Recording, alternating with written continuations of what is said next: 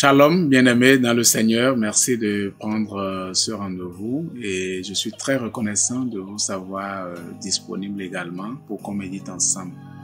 Prions. Éternel des armées, nous magnifions ton nom, nous te bénissons pour tes merveilles.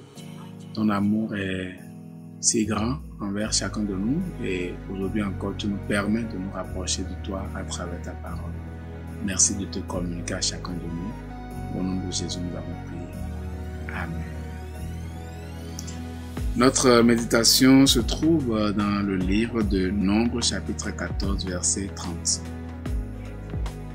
Je vous avais promis de vous faire habiter en Canaan. Eh bien, je le jure, vous n'entrerez pas là-bas.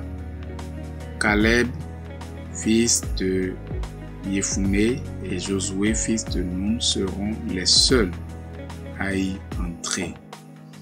Ici, nous sommes en présence d'une histoire très intéressante des enfants d'Israël, où sous le leadership de Moïse, un groupe de personnes devrait aller dans une mission d'espionnage pour venir faire des rapports. Et au cours de cette mission, il n'y a que seulement 2 personnes, donc Josué et Caleb, qui ont pu vraiment réaliser la mission selon les thèmes de référence définis au départ. Et ici donc, la sentence tombe et ce sont les 2 qui remportent le prix. Nous intitulons le thème de notre méditation « Gagner les promesses ». Dans plusieurs événements de notre vie, quand on prend l'école, par exemple le circuit de l'école, à chaque fin d'année, il y a une évaluation finale qui permet aux élèves donc de passer en classe supérieure. Et la préparation à cet examen, pour ceux qui s'en rappellent encore, est un événement important pour montrer comment il faut faire pour gagner vraiment les promesses. Et la première chose que j'aimerais nous faire observer dans cette méditation, c'est que la foi active permet de gagner les promesses. Hébreux 4:12 nous dit que la parole de Dieu est vivante. Elle est pleine de force. Elle coupe mieux qu'une épée qui coupe des 2 côtés. La parole de Dieu entre en nous en profondeur.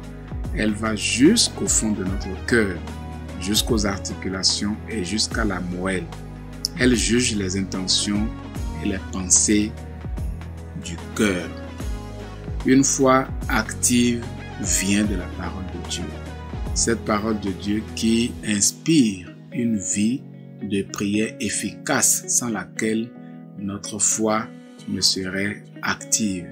Et j'aimerais prier pour que le Seigneur te donne cette grâce particulière de développer une vie de communion avec lui. Parce que sans ça, il va être difficile de gagner ses promesses. Et nous découvrons également que la prière qui s'appuie sur la parole de Dieu n'est jamais vaine. Parce qu'elle permet de traverser les défis, elle permet d'affronter les oppressions et elle donne également la joie quand on finit véritablement par remporter les promesses. Et j'aimerais également nous faire observer que la fidélité à Dieu fait gagner les promesses. Ici, dans le texte de base, ce qui s'est passé, c'est que Josué et Caleb étaient fidèles à leur engagement. Ils étaient fidèles à leur parole donnée. Psaume 18, verset 26 nous dit « Avec celui qui est sincère, tu te montres sincère, mais tu te montres habile avec celui qui est faux. » La sincérité dans la marche avec Dieu nous évite les pièges du diable. Et lorsque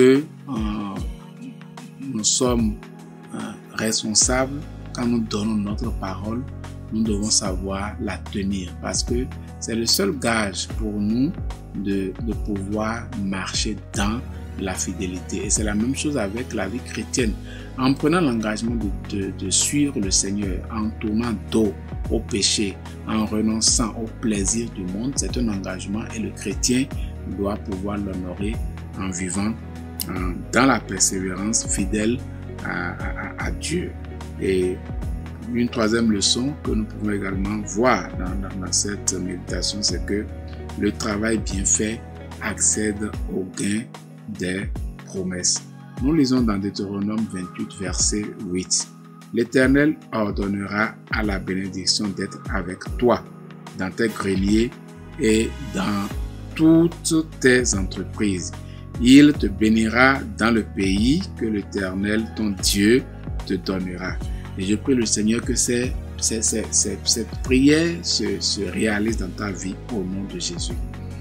Et ce que nous pouvons retenir ici, c'est que l'écoute attentive et la concentration nous permettent d'accéder aux promesses, parce que ça nous permet de fournir un travail de qualité, un travail sans reproche.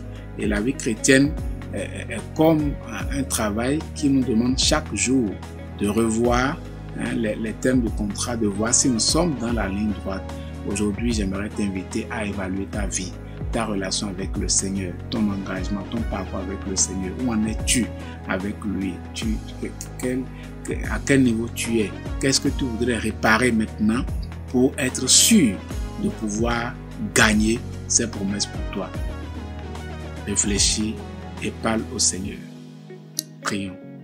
Éternel, nous voulons te bénir parce que tu nous montres les stratégies pour gagner tes promesses envers chacun, que tu as faites envers chacun de nous.